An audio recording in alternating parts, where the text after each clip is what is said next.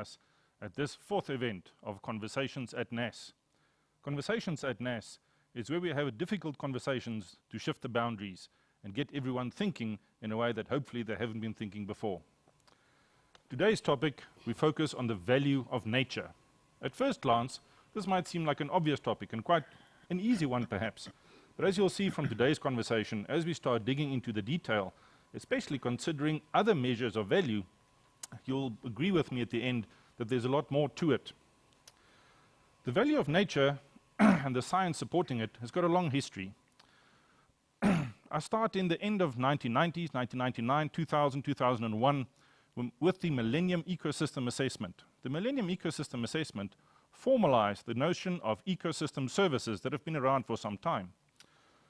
This assessment talked about provisioning, regulating, support, and cultural ecosystem services. And this framework has been largely a guiding framework for much of the ecosystem services research that has happened since. Provisioning ecosystem service is just as it says. It provides food, water, clean air, and so on. A regulatory ecosystem service is one that regulates the climate. It regulates floods, for example. Supporting ecosystem services are those ecosystem services that might provide the supporting services, such as soil formation, nutrient cycling, and last but not least, and arguably understudied, the cultural ecosystem services, dealing with the spiritual and aesthetic aspects of having an intact nature. Since this initial work on the Millennium Ecosystem Assessment, there has been a lot of research in this area. I can't summarize all of that in an hour, let alone a few minutes. But I think the important part here is noticing and recognizing that a lot of these valuation techniques and different frameworks and different ways of thinking about what nature provides for human well-being have actually been expressed in a number of financial and industry reporting frameworks. For instance, there's the TEEB project around the economics of ecosystem and biodiversity. There's a general topic of natural capital that I found has been expressed in various different fora and various different ways. There's the United Nations system for economic and environmental accounting. In the climate change domain, there's recently the Task Force on Climate-Related Financial Disclosures, and there's even a more recent one, the Task Force on Nature-Related Financial Disclosures.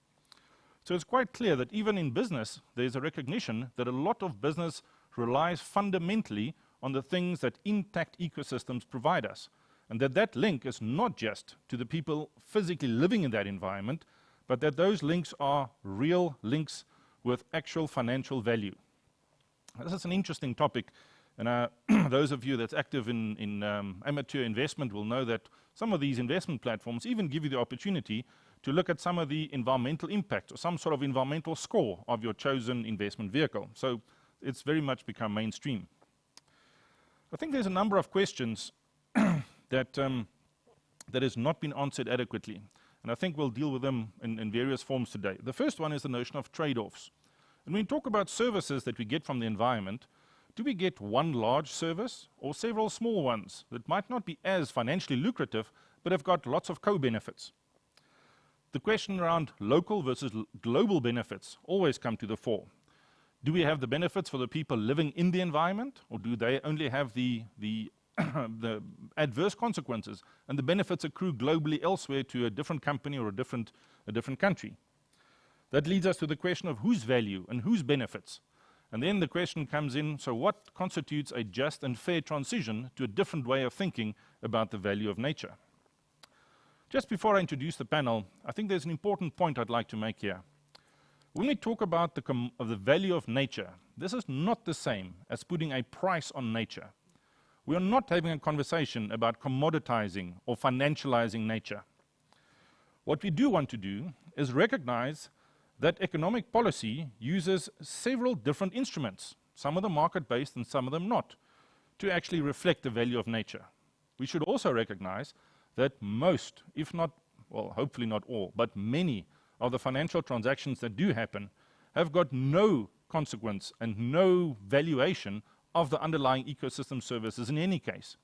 So any discussion around making the actors aware of the value of ecosystem services and doing so in a coherent policy framework can only give us a better way of interacting with nature. Right, on to my panel. that will help us with the discussion today. So as I introduce them, I'm going to give them short opportunity for a little bit of a background statement and their impression of the topic. So first off is Professor Jaco Beyers, sitting on my right-hand side here. Professor Beyers is the head of Department of Religion Studies in the Faculty of Theology and Religion. Jaco? Yes, thank you. Thank you for the opportunity. My name is Jaco Beyers. I'm the HOD of Religion Studies in the Faculty of Theology and Religion. My training was with UP, my undergraduate as well as postgraduate degrees I did with UP, and then spent some time in universities in Germany. But my interest in this topic, on the value of nature, I think would be from a religious or spiritual perspective. Let me start out with a statement regarding this. I think it is important to realize humans are part of created matter. And the moment we say that, we need to realize humans are just as created as animals and plants and trees and mountains and rivers. So in that sense, it determines how we view nature. If humans are part of created matter, it says something about how we see and view our own position within nature. Perhaps I can explain it by way of a metaphor. Let's say you look at a painting of a landscape, mountains and trees and rivers. Now, the way you describe this painting of a landscape would say something of how you perceive your own existential identity in terms of nature. Do you merely describe it as something from the outside, you view it, then you would be the subject describing an object? Or would you describe this painting of a landscape by placing yourself within the landscape, making yourself part of it? And already that determines the way in which you treat nature. So perhaps just for an opening statement, I'll use that. Thank you, Jaco. I think there's plenty of opportunity there to explore a little bit further. Next, I'd like to introduce you to Dr. Selma Karoye. She's a senior lecturer in the Department of Agricultural Economics, Extension and Rural Development. Selma? Thank you so much, Prof. As Prof has said, my name is Selma Karoye. I am an environmental economist by training, and I work here at UP as a senior lecturer. And maybe the other hat I wear is I am the president of the African Association for Environmental and Resource Economists, which is known by the acronym AFARI. So it's a recently launched association. We are about 2 years old now, and we are trying to be the voice of actually extending research to the continent in terms of environmental and resource economics, and contributing towards the continental as well as the global policy, knowing that Africa is such a resource-rich continent where natural resources are the economic basis. And yes, we're looking at the topic for today. When we talk of the value of nature, I'm sure some of the people in the audience might say, there goes the economist. They are going to put a price tag on anything. But when we get to the questions, we'll explain more. But I think the whole idea behind valuing nature from an economic perspective is really to appreciate that the services we get from nature and the natural capital and the biodiversity are not zero. Because in economic terms, the moment we don't value them, it's like they don't mean anything. I mean, we're talking of air that we are breathing or water or whatever it is. So I think that is where we're coming from as economists, to say that we appreciate the topic, and we actually go further to really look at the different techniques that we use so that people can appreciate the different ecosystem services that we benefit for our own human well-being. And maybe another element, I didn't introduce myself, I'm also associated with the South African SDG Hub, which is also based here at the University of Pretoria. And through that we've done, I mean, as part of the hub, we really want to be like the platform that consolidates research on SDG-related topics. And sitting here is the last decade for the SDGs, I think a topic like this is very valuable because it cuts across a number of SDGs that will be of interest for policy making. Thank you so much. Thank you very much, Selma. And you actually, you complete the timeline nicely for me there when talking about ecosystem services. You know, the most recent expression of how we interact with nature and actually the sustainable futures and transitions that we need is indeed the sustainable development goal framework. So thanks for closing that loop. Then next panel member is Dr. Samkelo Malgas. Samkelo is a lecturer in the Department of Biochemistry, Genetics and Microbiology. Samkelo. Oh, thank you. Thank you once again for having me over in this talk. As already mentioned, my name is Samkelo Malgas. I'm a lecturer within the Division of Biochemistry in the BGM department. I'm also a bio-entrepreneur where I find myself located in the space of utilizing enzymes for benefiting humanity. So with regards to the value of nature, I'm more interested in how we can explore nature and see how it can be used to sustain the survival of the human species, and how it can also be used to develop humanity with respect to technology and health. I'm also interested in the aesthetic, emotional, spiritual, and ethical values of nature. For instance, looking at myself as a Nguni person, we believe that within nature, for instance, in secluded areas of nature, such as forests and oceans, lives creatures that may act as benevolent guides or mentors or protectors of humanity, which we believe these creatures would then either embody our ancestors or be messages which our ancestors may communicate with. I think this would mostly resonate with some of the points that Yako mentioned earlier on. So also with respect to the emotional value of nature, I guess I find nature as a nice place where one can just go out away from the noise within the urban areas and just have an opportunity to go through a process of, personal reflection. So that's my view generally of what specifically interests me about the value of nature. Thank you very much, Samkulo. I think there's lots of interesting connections there. I know later on we'll talk a little bit about careers and biotechnology, and we'll definitely circle back to this holistic notion of how we think about ourselves within the environment. You've also mentioned it, Yaku also mentioned it. Last panel member I'd like to introduce to you is Professor Vanesh Maharaj. I think today he wears two hats. His day job is as the Deputy Dean for Postgraduate, sorry I get that wrong, the Deputy Dean for Research and Postgraduate Education, but he's also a professor in chemistry involved in bioprospecting. Vanesh, over to you. Thank you, Prof. Erasmus. My research area is in the area of bioprospecting, as Prof. Erasmus says. And really bioprospecting, I've been involved in this for good 25 years or even longer. And it's really a passion of mine. And bioprospecting is really about how we utilize nature for commercial benefit. And you talk about the value of nature, and this is really the real value that nature brings in terms of its commercial potential. So bioprospecting is really about how we utilize nature. For a long time, I've been involved with knowledge systems as well, so traditional knowledge, because traditional knowledge systems actually use nature. Mm-hmm. And we then actually look at how we actually bring traditional knowledge systems into our research to actually bring up new treatments and, for different diseases. Mm-hmm. So a lot of our research has been looking at how we can actually treat different diseases. And very recently with the COVID pandemic, surprisingly, well actually no surprises, but everyone actually has turned to nature to try and find a treatment for the disease, not just vaccines, but turn to nature. And you'll actually find in the next few years that there will be definite treatments for COVID based on our natural resources. So the value of nature actually continuously amazes me towards the pharmaceutical industry, which we'll share with you a bit more as we go along. Thanks, Vanesh. I think let's dive into the details there. So let's think about biodiversity. We've got so many species. Africa is the third most South Africa is the third most biodiverse country in the world. It's only New Guinea and Brazil that I think have got more species than we've got.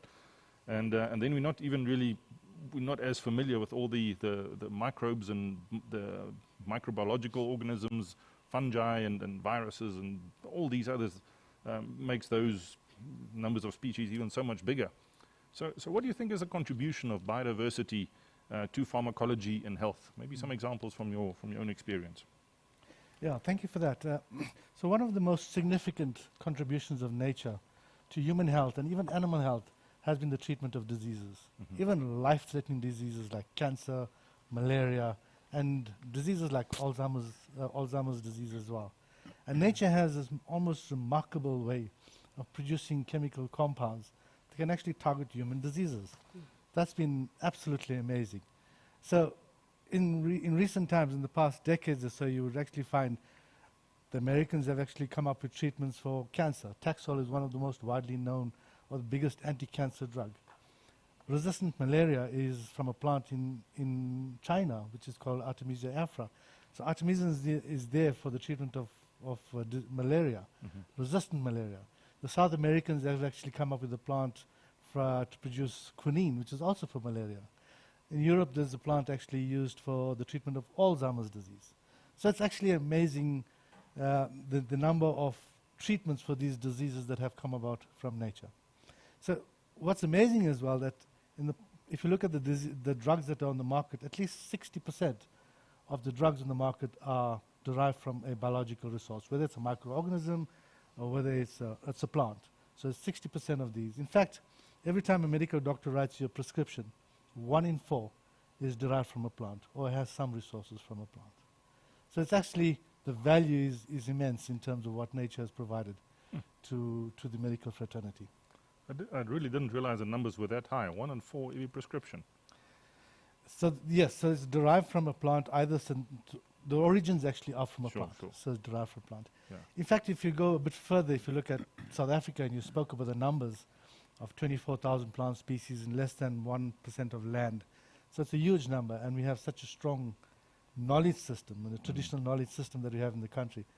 And of course, we have a very strong scientific innovation system as well. So if you put those three together, knowledge, our value in biodiversity, and our scientific innovation, we have the perfect recipe for success.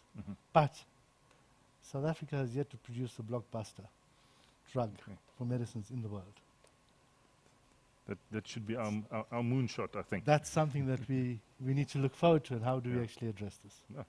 Thanks, Vanesh. Lots of good news stories there. I sort of get the excitement that there's so much more here that we can still discover. Samkelo, your research focuses on enzymes that break down carbohydrates and their value to the food and feed sector. That's sort of the biorefinery type research. So what opportunities are you trying to unlock with this work? So just to maybe just situate the work first off before answering you. So the work that I do falls mostly within the white biotechnology sphere. So this is biotechnology that is interested in industrial applications. So from this field, you're looking at various applications from bio-based commodities, which should be produced essentially to replace the fossil-based fuels, which we know that are the leading cause of carbon dioxide emissions in the world. So this is the space that we find our research being situated in with regards to carbon dioxide emissions reduction, also sustainable development of and production of value-added products that will then obviously take over the fossil-based fuels.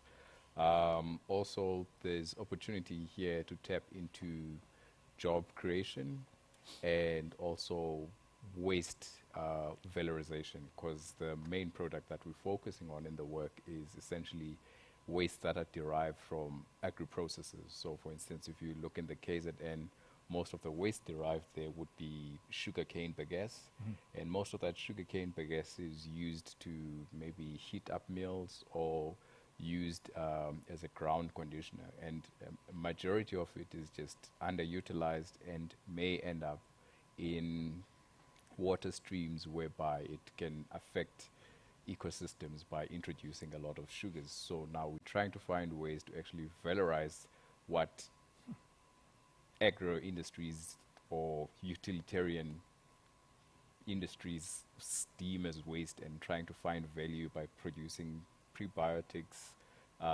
fossil-based fuels, and other fine chemicals from it, using enzymes, which is a much greener approach to things. And if I understand correctly, if you get the enzymes correct, you can actually produce quite a few precursors to a number of really high-value chemicals. And I think the one that I've come across is furfural, which you can do colorants with it, and there's actually I wouldn't be the wrong person to give all the examples, but that's the one that I'm familiar with. Yes, indeed. So that's the idea with the biorefinery concept, is that you have this waste biomass, which you can then focus on its various constituents, such as the lignins. You can use those to produce bioplastics. You look at the cellulose, you can produce biofuel. You look at the hemicellulose, which you can use to produce furfurols, which can be applied in other industries. You can also look at other extractives that you can use as aromas and food additives such as the vanillin and the other vanillic acids. And then you look at the oligosaccharides from the hemicellulose, which can be prebiotics, or you can further derivatize them by maybe adding alkyl groups, and then you get alkyl glycosides, which can be applied as surfactants or detergents. So now if you've got a diversity of these products, then the system becomes more economically feasible instead of just focusing on one stream. I think initially when the field took off, most people were focusing on the bioethanol to address the fossil-based fuels issue. However, the system would not be economically viable or be able to compete with the price of the fossil-based fuels. And as a result, moving into now a diversified scheme, then you can have much fine value chemicals coming out from the same stream, which will then allow the process to be more economical. My goodness, so it's not just sugarcane for ethanol. I always thought that's what biorefineries do. There's so much more to it. No, thanks for that. Selma, over to you. So I was about to congratulate you on being the first president of the African Association for Environmental and Resource Economics, AFAIRE. And just for connection, I think your vice president is also here. That's Professor Margaret Chitika Mabugu. Yes, she's the vice president. Yes, and that's our Dean of Economic and Management Sciences here at the University of Pretoria. So I do foresee that in future we're going to have much closer links between the two faculties in this area. Yes, sure. Selma, in your field, how does natural resource economists put a value on nature? Big question, a short version. That is true. And thank you for that question. And maybe just to correct that, to say that I'm actually the second president. When it was, the association was established in 2019, my predecessor is a professor from Ghana, who is now the former president. When you go to our website, you'll also see him there. His name is Professor Wisdom Akpalu. So I took over from him. And we are quite a young association. Coming back to the price tag on nature, like what I started with by introduction, to say that I think the economic approach, and it's not necessarily to say that we want to put a price tag as if we can put a biodiversity or ecosystem service on a shelf for a market. But we use non-market valuation techniques that helps us with that. And actually we look at different types of values. When I was listening to the religious values, and I was listening to him when he was mentioning about the cultural value. So in terms of that, the total economic valuation or the total economic value, we look at use and non-use values. For example, when we are talking of an attractive scenery that we want to preserve. I mean, I may not necessarily visit the Kilimanjaro or the Water Table Mountain, but I want it to be preserved for the future generation. So of course, it's more anthropocentric because it's about my human well-being, but we look at it in terms of that, to say that there is a value for this. Even if I'm not able to use it now, I want to preserve it for the future generation. But the most important part is to say that ecosystem services or biodiversity are not having a zero value. I mean, for example, the air quality we are talking about. The moment you take that, because if you don't value it, the assumption is that it doesn't have any value. But the moment you take it away, that's when you realize how much of value it is. And in fact, even for us in South Africa, when we remember the example of the Day Zero in Cape Town, I mean, we could buy the water from the shelf. That's a marketed good. It has a price tag. You can go buy a bottle of water. But the fact that drove the city of Cape Town to almost Day Zero was the natural resource, the ecosystem service that we got from the reservoirs of water. And the moment you realize that now we are actually talking of how much do we value that ecosystem? How much do we actually appreciate having water? Because even with our money, we couldn't buy it. And it's because it was not available. So the moment you look at that, so we look at the opportunity cost of not having that resource. And it's very important. And in fact, it's relevant for policy, because policymakers need to be able to decide what type of, so for example, and we're not only looking at in terms of the value for my own benefit. We are looking also at the loss. Like, for example, when there is an oil spill, when there is pollution of, like, say, for example, a fisheries or an ocean. I mean, what we are looking at there is to say, how many people depended on this ecosystem for survival? So when we are, a typical example where environmental economics actually became famous was from the oil spill in the Gulf of Mexico in the 1980s in the US, where livelihoods were affected. I mean, the fishermen, they catch the fish to actually provide a livelihood for their families, but because of the oil spill, the ecosystem, the fish and everything was destroyed. So it was not only the marketed cost of cleaning the ocean and all that, that was necessary for the government to know. But when it comes to restoring the welfare, so to say, of the people that depended on that ecosystem, they needed to find out how much are you willing to accept as compensation in order to be back at the original welfare where you were.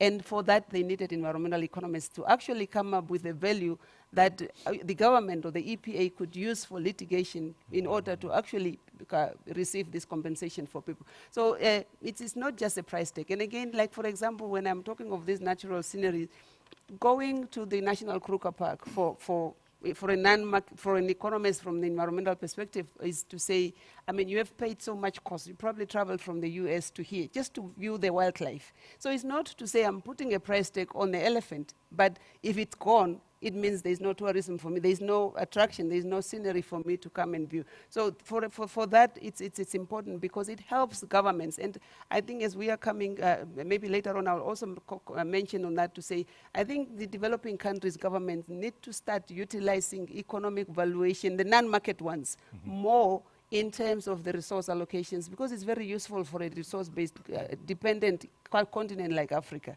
where, I mean, the same oil spill I'm talking about happens in other oil extracting countries like Nigeria, like Angola, like wherever. How much do those policymakers rely on economists, environmental economists, to help them say that this is how much the people's livelihood have lost? I mean, we are talking of our own mines here in Rustenburg or wherever. When you visit those communities, the suffering they get from pollution, for cracks, I mean, and also the health cost. Because the reason why we value this is to be able to say that this kind of resource extraction could lead to some of this. And when you are like underground water pollution, I mean, when you talk of coal mining, for example, those health costs are ultimately borne by the government. And unless we find a way to actually measure it and value it, it will not, I mean, so in it going further to actually think of the cost as an external cost that the companies themselves instead of government could also look at. So valuation is really used to measure the welfare improvement. We are looking at saying that if your household is accessing polluted water, how much do they value improving from that low quality water to a more purified or more cleaned water, even if it is recycled water, even if it is for agricultural purposes or whatever it is. So those are the valuation, that is where valuation comes in, and not necessarily to put a price tag, but actually to appreciate that the biodiversity is valuable and not zero value. Yeah, you've already made the link there. It's not, it's the cost, but there's links there with well-being, with quality of life, Yes. Access to clean water. Yeah, a lot more than just the price tag. You mentioned day zero. Interesting, the recent Intergovernmental Panel on Climate Change, the sixth assessment report.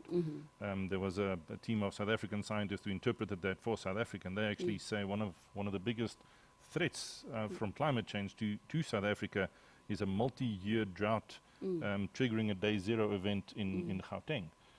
So that's something to be really concerned about. And in fact, what is interesting, that day zero warning was not only in Gauteng, I think it was also in the Free State. Yeah. But the question is, as policymakers, how much prepared are they for that day zero if it has to happen in other provinces? At least Cape Town lived it, but That's so the it's question. necessary for, when we talk of research, how much impact does it have on policy?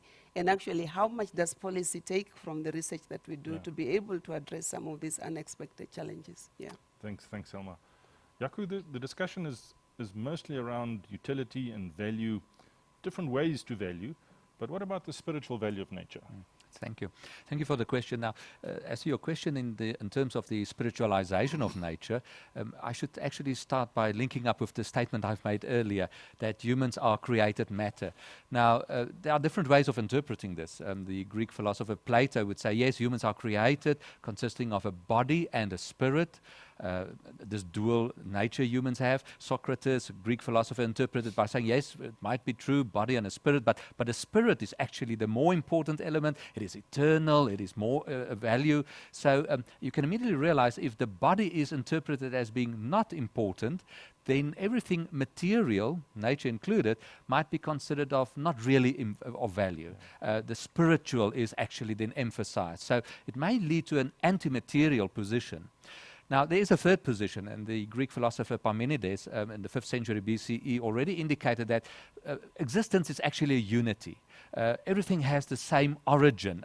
Everything can be traced back to the same position of origin. So if you view this as a monistic origin, there's a connection between humans and nature already, and this captured. Now, this monism can lead to what we call a pantheism. Now, pantheism would be an understanding that the spiritual or the divine or the transcendence is already overlapping with nature, so that nature does contain some spiritual value. But there's also a variation on this, where some would say, no, there's no separation between the divine and nature. Nature is, in fact, the divine. So nature is in fact spiritualized. So without recognizing then a separate spiritual entity. Now this was the position, this last position in terms of nature having a spiritual value of the German philosopher Ludwig Feuerbach, but also the position of Ernst Haeckel, the well-known zoologist and naturalist, who was probably well-known in natural sciences circles. So where nature is considered to contain spiritual value. Now, all right. As to linking this up with your question in terms of utilitarianism, I think it's important to realize from a practical perspective. Pragmatism would then say, well, what you believe, what you think, that's not important, but your actions, the way you behave, the way you interact, that's more important.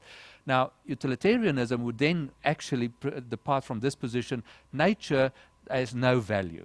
We take from it what we need, almost as if to say nature is the breadbasket of humanity. We take what we need to sustain ourselves. Now, if we consider nature in this way, nature can be exploited.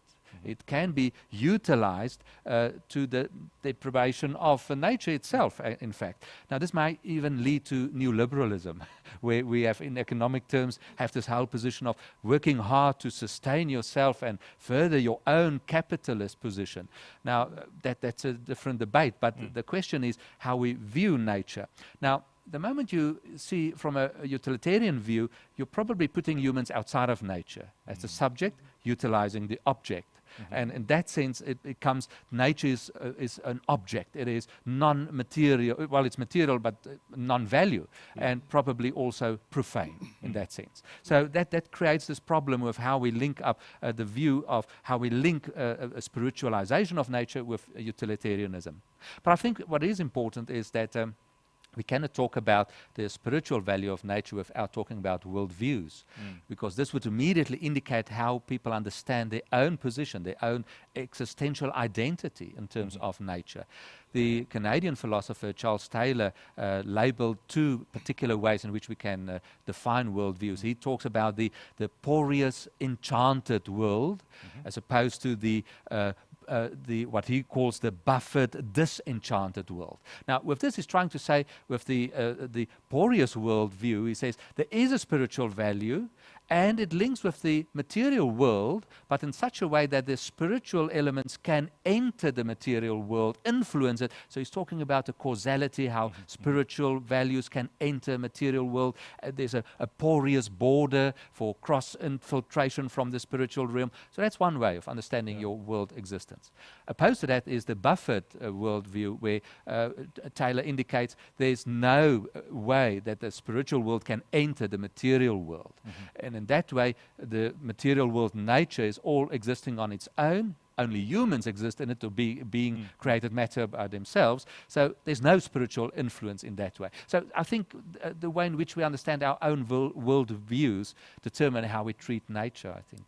Thanks, Jaco. I recall an interesting conversation I had with a philosopher colleague from French university, and we were looking at the same lavender field.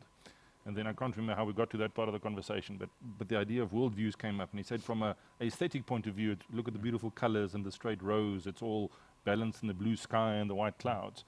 And then there would be maybe the florist and say, fantastic crop this year. We see wonderful profits in the horizon. And then there might be the tourist that doesn't even know the name of the plant, but they just appreciate the scenery, and they've got the sense of well-being. They're on holiday, and that really got me thinking about these different worldviews. So that kind of steps us into a second part of the discussion that Vanesh, you mentioned earlier on that I'd like to get back to. And this is this notion of holistic approaches to the value of nature. And you've touched on it and with a bit more nuance than I can express here, Jaco. But I think for me, when I think about a holistic valuation of nature, is understanding the different trade-offs, right? So you can have a maize field which is excellent at delivering one particular ecosystem service. It produces maize in large quantities, but that's all it does. But then you may have lost some of the other ecosystem services in the environment, like pollination or maybe water purification if there was a wetland in the environment. So it's about, do you have this bundle of services that aren't maximized and optimized, or do you just have one or two services that provide just one large benefit to the environment? So that's how I think about this this idea of shall we say, a holistic approach to these different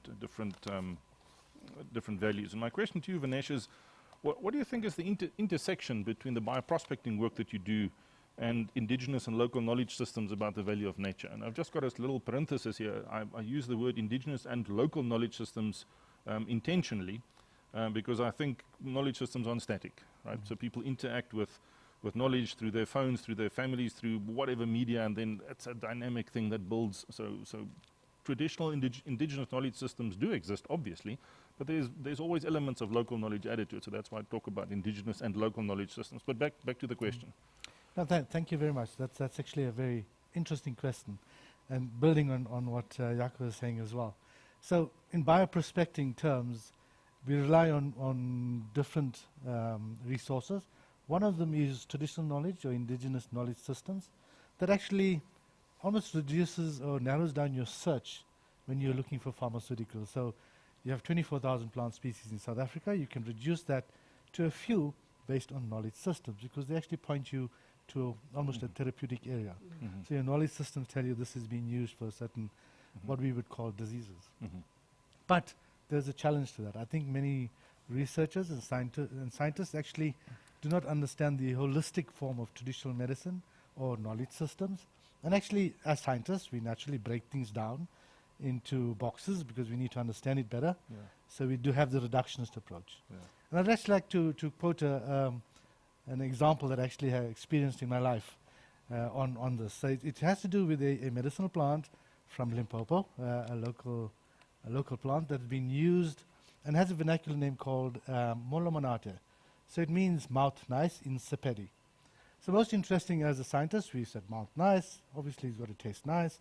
And we went about doing some research, and from a value addition point of view, we came about a non-nutritive sweetener, which is like 2,500 times sweeter than sugar, and wow, patented and eventually licensed to an international company. And as our regulations have, we need to do some benefit sharing. So we go back 20 years later to the communities that have this knowledge and go back to do benefit sharing. So we ask them, well, who are they? We don't know 20 years later.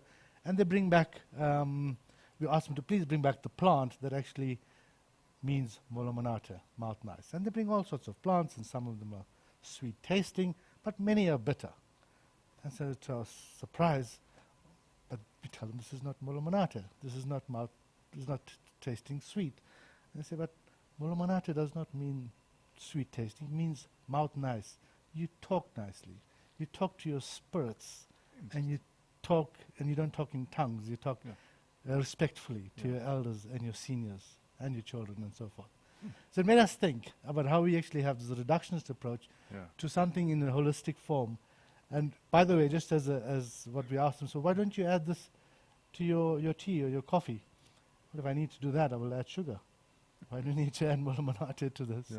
So it just makes us think again, is that when we have this approach of using knowledge systems towards discovery of pharmaceuticals, we've got to think of a holistic system. So we rather not have just think of a plant as a plant system, as taxonomy, because with knowledge systems actually don't think of it at all like that. When they actually brought this plant to us, Molomonate, they had to do some spiritualism behind the plant as well. So I think that's where our challenge is, and as scientists, when we actually utilize this, we've got to think wider than just thinking of a reductionist approach when utilizing knowledge systems. It's a completely different taxonomy based on functional traits, but not functional traits from an ecosystem point of view, functional traits from a how people use the plant point of view. Yeah. So absolutely, and I've also often heard the terminology, especially in proposals. We're going to scientifically evaluate traditional knowledge systems. Yeah. How do you scientifically evaluate Yeah. as you're not a knowledge holder to actually do that?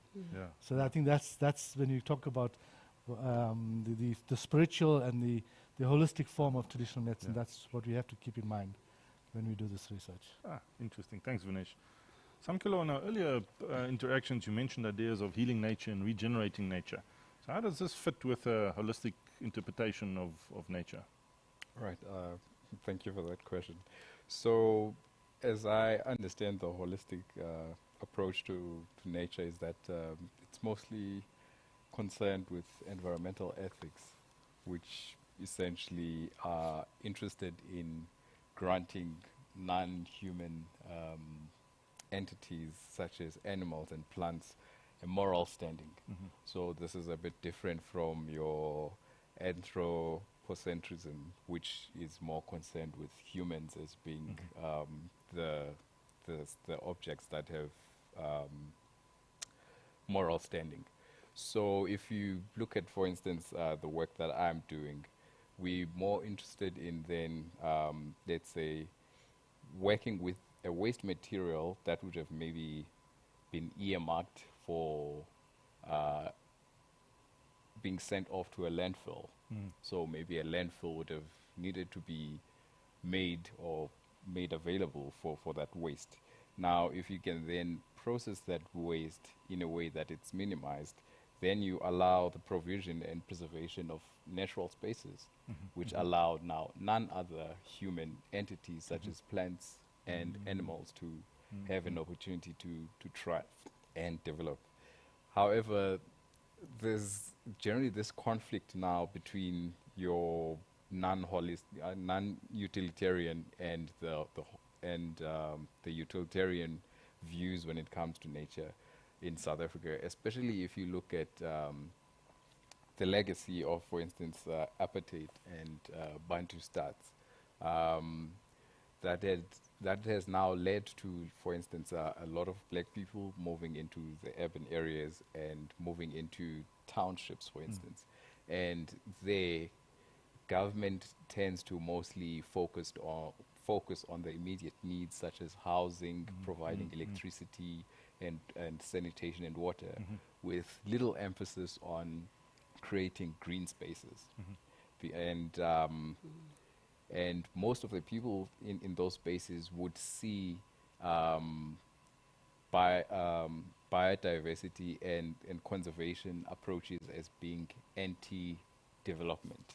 So there's also that sort of conflict or challenge then that comes with the whole holistic approach, especially in spaces like the townships. And you also find that most of those green spaces like parks end up not being well maintained by the ward councillors, as their focus is mostly on providing your basic necessities for people in those communities.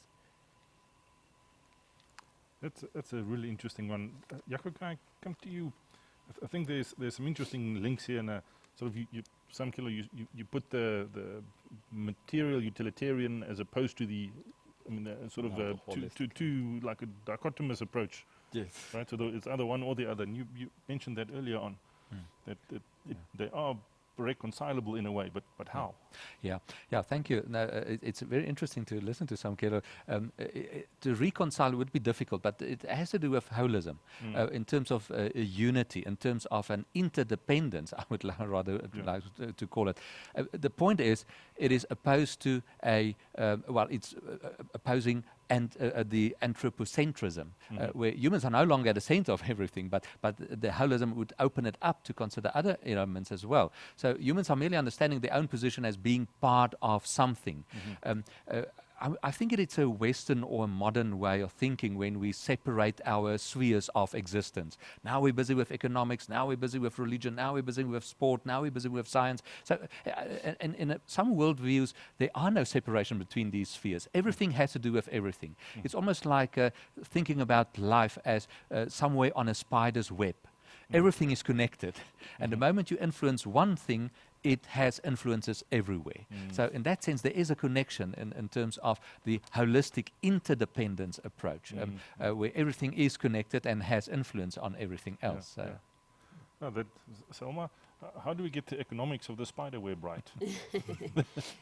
Thank you so much, Prof. And I think I will start with the holistic approach of environmental economics. In fact, when you look at the typical neoclassical approach to mainstream economics, we focus on the economic activity. We talk of the production system, the consumption, without considering where that comes from. So environmental economics came in to say that actually there is a holistic approach. We actually need to appreciate the natural and environmental resources that economic activities need in order to produce and in order to improve the well-being.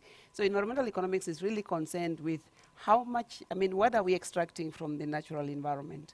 And at what, so we go further to look at what we call allocative efficiency, or efficiency in terms of environmental, because what we are saying here, even when you are looking at a non-renewable resource, what is the optimal extraction that is actually sustainable over a certain time period? Because we also introduce issues of sustainability and so forth. So is to say, so resource economics will be concerned with that efficiency of mining the resource or using the fisheries or the wildlife or whatever it is.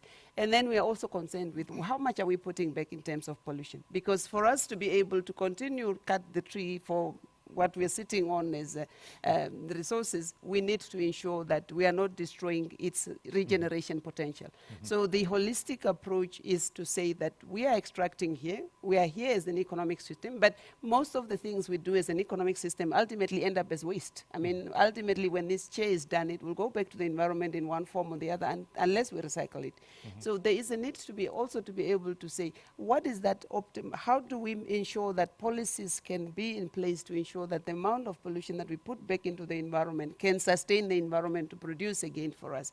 So I thought of looking at that holistic approach. And then when it comes to, for example, that is the framework that we start, especially when you're introducing into environmental economics to students. But then the whole holistic approach is to be able to say, when you are looking at, say, when we talk of valuing the natural resources, you are not only going into, for example, you want to find out consumers' preferences for whatever level of water resources or air quality or as a result of pollution. You also want to start with the cost-benefit analysis to be able to say that what are the trade-offs here that you start with. But you also want to end up with the environmental policies. For example, if you are talking of pollution of the oceans due to plastic or whatever it is, you want to be able to say, okay, you said that you're going to use this non-market valuation technique, which is either using, whether it's your choice expert, whatever it is that you are, in order to actually analyze the preferences that attach a value to that ecosystem, which is the ocean. But what are the policies that government should consider? So you'll find countries, here in South Africa, we pay for plastic bags at the shops. That's an environmental policy. That's a tax, it's in the form of, but it is an environmental policy that government came up with. It's just that sometimes as consumers, we don't pay so much attention to how much we are paying for that plastic, and we continue to actually contribute. But the whole idea is to be able to say, can we use materials that are healthier for the environment so that we can maintain the balance? Because ultimately we need that balance for our own well-being. Because a human being, like with the religious as well as, we depend on those, on that exist. On the quality of the environment. And if one may go further to say that, in fact, the COVID pandemic has brought to the fore the need to ensure that we can have a sustainable use of the environmental resources. Because if we continue, and in fact there is a paper that was recently published in Nature by one of the famous economists in the UK, Professor Pantheism. They were basing, he was actually requested by the UK government to be able to say, I think, given where we are now, with the COVID pandemic where we have diverted all the resources, and it's not only a developed country's problem, we have seen it in our own developing country case. And the question was to say, how do we value biodiversity? Especially the loss thereof. When we don't have it anymore, how are we going to sustainably actually ensure? So one of the things that in another paper also that looked at to say is to say that with like the global policy agenda, when we talk of the COP25, the meetings that were there, actually emphasizing on the impacts of climate change. So the question, or one of the recommendations that came from some of these studies, is to say that going forward, when we are looking at the national system of accounts, we should no longer ignore what the environment contributes. And you shouldn't just look at the GDP, I mean the economic activities, because economic activity does not exist in isolation. It actually needs that natural capital in order to continue. So there is that thinking of saying, going forward, actually bring into account to say, how can natural resource accounting actually contribute to economic, be accounted for in terms of economic or well-being going forward. Yeah. And I think especially more now where we are, I mean, countries are faced with ensuring that they achieve the SDGs. I mean, and while some were on track, of course, and one of the acknowledgement by the researchers, like when you look at the UN reports, is to say none country is on track to achieve all of them. Because, I mean, where we are now, we have to actually focus on the ones that can maybe improve welfare. But from my work with, which was on looking at the country report for South Africa's SDG report, that was in 2019 through the SDG Hub, we were actually coming up to say, what are the trade-offs? I mean, which SDGs should government focus on? But when you think of, you can put the environmental SDGs in one packet, you can put the economic ones, the social ones, but the interlinkage is so strong, because for you to achieve the social one, poverty, access to services, health, and all this, you need an economy that functions. But for an economy that functions, you need the environment to provide that. So there is that strong interlinkage that one cannot come up with a policy without considering all those interlinkages among the different. And it's necessary for us as researchers to actually make it simpler for policymakers to say that these are the realities, these are our findings, but this is what government can take off to say, maybe to accelerate growth, focus on these ones, but don't forget.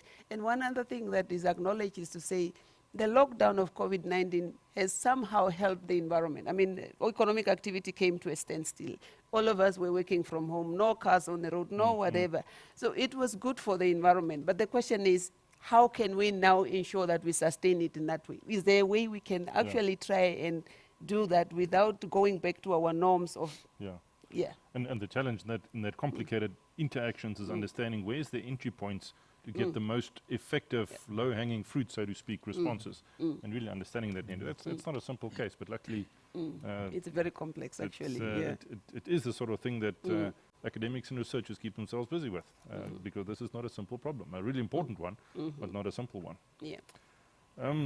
For our viewers, if any pressing questions pop up that you'd like to ask our panel members, please put them in the chat line, and see if we'll try and make some time towards the end, which is pretty soon, to try and get back to them. To wrap up, I'd like to pivot a little bit to some practical questions around biotechnology, jobs, and biodiversity science and the value of nature. Samkelo, what opportunities are there for job creation when looking in biotechnology? Okay, thank you for that question. So I'll just try and contextualize it on the white biotechnology space that I'm interested in. So just looking, for instance, at South Africa's agri-sector, the sector is worth 160 billion rands.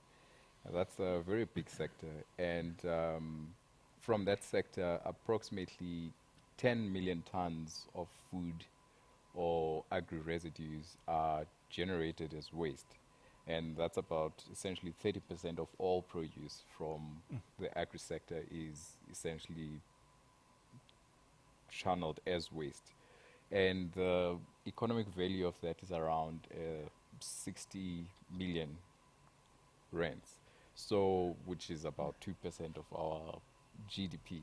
So from valorizing that biomass, you can already see the scale, the potential of job creation there and income that one can generate by streamlining those wastes into the white biotech space. Sure, that sounds like a large opportunity. It speaks to the holistic understanding of the system, circular economy ideas, which by itself is a large discussion. Jaco, I'd like to come back to you. So given this size of this opportunity, how do we ensure a just and fair link between jobs and nature and human well-being? Yes, thank you.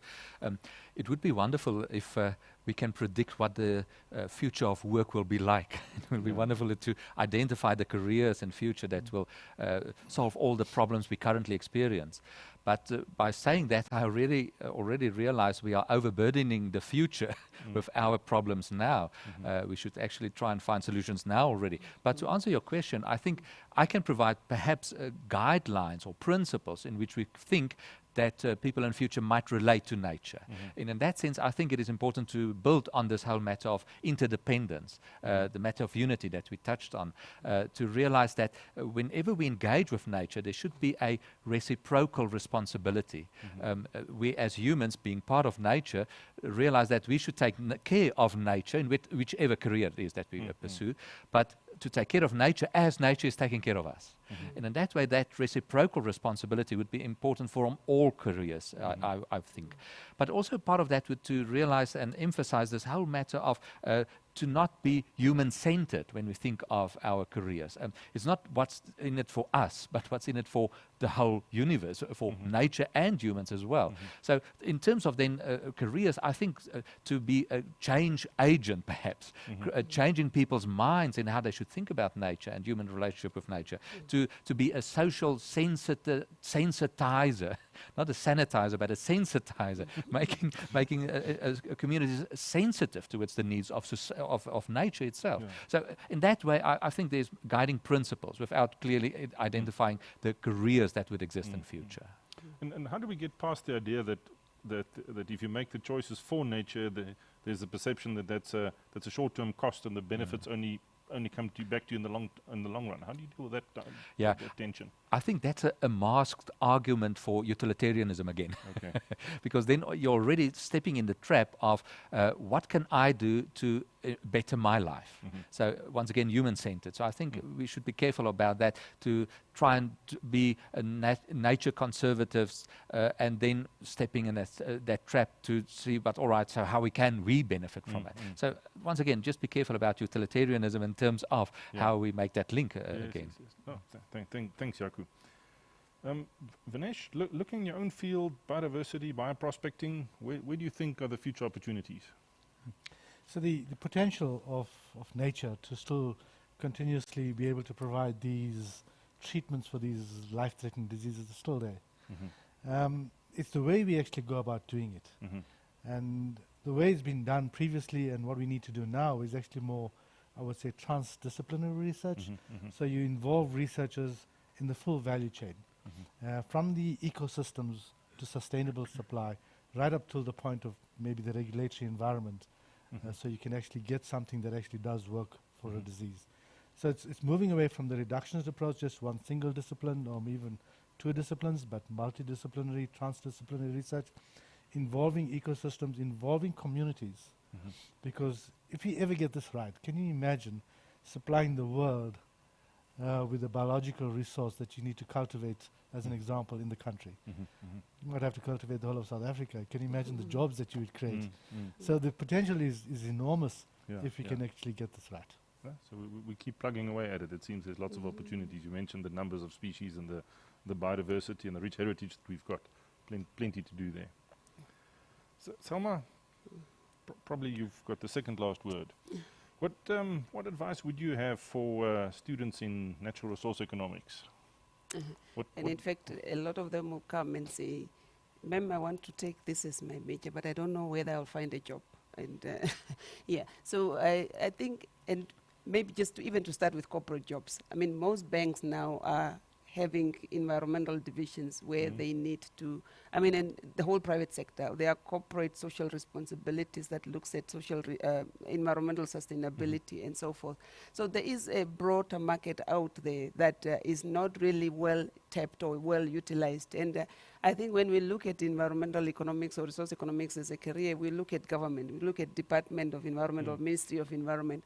And I think we can go beyond that. And I like what one of my predecessors, I mean, a senior professor, Professor Rashid Hassan, who left here, who used to say that some of the students he trained are actually occupying very senior positions in the World Banks, in the international organizations, because of what they could, I mean, how the application of environmental resource economics tools to some of those global policies and so forth. So it's really, and also when I'm listening to technology and to the spiritual part of things, and I think another thing that we also go into now is looking at technology adoption for welfare improvement. I mean, when you look at farmers who cannot afford, I mean, for them to improve their yield, for them to improve their welfare, in terms of adopting a certain environmental sustainable technology that actually helps with mitigation as well as climate adaptation, because then they can improve their welfare without destroying the environment because they are using a technology that is more environmentally sustainable. So there are quite a lot of careers, and of course in academics I always say that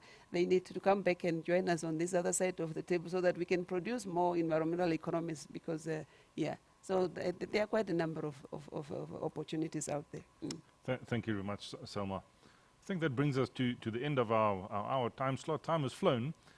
To wrap up, it's quite difficult to wrap up this complex topic in a few sentences and cover all the nuances that we've dealt with. I think just as some thoughts before we part. First of all, I think we know that this is such an interconnected system, and I say the system, this is being humans on Earth and interacting with each other, with the environment, that we really have to get the skill set to navigate that complexity. And that complexity is there because of people's different worldviews, people's different backgrounds, and people's different way of interacting with each other in the environment. But once we get that right, in our little small sphere of influence and sphere of activity, where you do have a measure of influence, once we get that right, then we can start shifting the needle. Because the moment you start understanding the other viewpoint, when you start understanding the other way of thinking about the resource, which for you might be quite obvious, let's harvest it, let's use it, let's sell it, let's get rid of it, let's dig it, whatever resource we're talking about. The moment you understand how someone else thinks about that same resource, then we start looking at really sustainable solutions. And then we can start identifying those entry points into that complex web we've got the biggest impact.